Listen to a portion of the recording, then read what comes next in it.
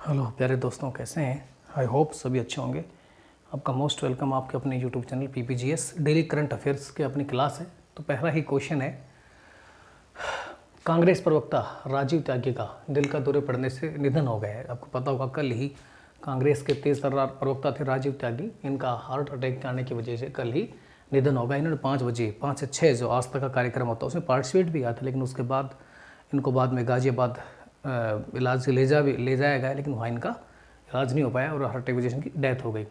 बुधवार को भारतीय शेयर बाजार में गिरावट, यानी कि कल भारतीय शेयर बाजार में गिरावट दर्ज की गई है। अगला, करीना कपूर खान परिवार में जन्म लेने वाला है एक नन्हा बालक।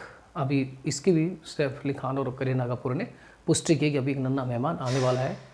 फोर्ब्स ने साल 2020 के सबसे ज़्यादा कमाई करने वाले मेल एक्टर्स की एक लिस्ट जारी की है। उस मेल एक्टर्स में अकेले भारतीय सिर्फ अक्षय कुमार को स्थान मिला है और अक्षय कुमार का 6ठा स्थान इसके अंदर मिला हुआ है। लगभग अक्षय कुमार एक साल में 4 फिल्में करते हैं। कमाई के मामले में फोर्ब्स की सूची में सिर्फ अकेले अक्षय कुमार को इस लिस्ट में शामिल किया गया है। ओडिशा बोर्ड ने 12th साइंस का रिजल्ट घोषित कर दिया है। साइंस टीम का रिजल्ट ओडिशा बोर्ड ने घोषित कर दिया है। नेक्स्ट, पाकिस्तान को पड़ी थप्पड़। सऊदी अरब से पाकिस्तान को नहीं मिलेगा लोन व तेल। सऊदी अरब लगातार से लोन भी लेता रहा है और तेल भी लेता रहा है, लेकिन इतना अधिक कर्ज हो गया कि सऊदी अरब ने उसको मना कर दिया कि पहले अपनी जो किस्त है उसको जमा कराओ, उससे पहले न आपको लोन मिलेगा न तेल मिलेगा।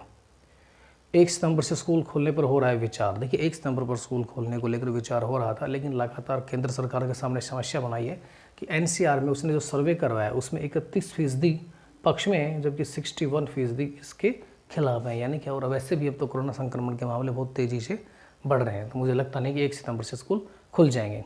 अगली खबर, आरएसएस मोहन भागवत ने कहा है कि स्वदेशी का मतलब सभी विदेशी वस्तुओं का बहिष्कार नहीं है। आरएसएस प्रमुख मोहन भागवत ने कहा है कि स्वदेशी का अर्थ ही नहीं, तुम सभी विदेशी वस्तुओं का बायकॉट करें। और साथ उन्होंने ये भी कहा कि देश आज़ाद होने के बाद में इस क्षेत्र में, अर्थात देश को औद्योगिक रूप से खड़ा होने के क्षेत्र में कभी ध्यान ही नहीं दिया गया है। कम से कम अब इस पर ध्यान दिया गया है, तो जल्दी ही देश आर्थिक रूप से स्ट्रॉन्ग बनेगा, खड़ा हो जाएगा। मोहन भागवत के बयान है। अगला, चीन के चंगुल में नेपाल फंस गया है। आपको पता ही है कि चीन की नीति होती है किसी भी प्रकार पैसे से अपने पड़ोसी देशों को गुमराह करना, तो नेपाल को भी उन्होंने गुमराह कर दिया है। और नेपाल गुमराह करने तिब्बत से लेकर काठमांडू तक सुरंग वाली सड़क बनाएगा ड्रैगन। अब आप देखिए, इसके लिए नेपाल ने सहमति भी दे दी है। सहमति किस लिए दी होगी? कहीं ना कहीं उसको आर्थिक लालच दिया गया होगा। नेक्स्ट, 12 अगस्त को विश्व हाथी दिवस मनाते हैं। अभी कल हमने ये इंपॉर्टेंट क्वेश्चन है, 12 अगस्त को विश्व हाथी दिवस मनाते हैं। कम से कम हाथियों को बचाते हैं और हाथियों के संरक्षण के लिए भी काम करते हैं। ट्रंप ने कहा है कि अगर बिडेन जीतते हैं, अभी आपको पता होगा कि नवंबर के अंदर अमेरिका के अंदर राष्ट्रपति के चुनाव के लिए प्रक्रिया चल रही है। 12 नवंबर को, लगभग 3 नवंबर या 4 नवंबर को चुनाव है। अगर बिडेन जीतते हैं तो अमेरिका को चीन की भाषा सीखनी होगी। अर्थात ट्रंप ने कहा कि अगर बिडेन जीतते हैं तो अमेरिका के ऊपर चाइना राज करेगा, ऐसा उन्होंने बयान दिया है।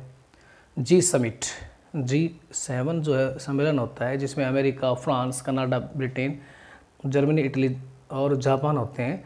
इसका सम्मेलन 2 बार एक प्रकार से स्थगित हो चुका है कोरोना की वजह से।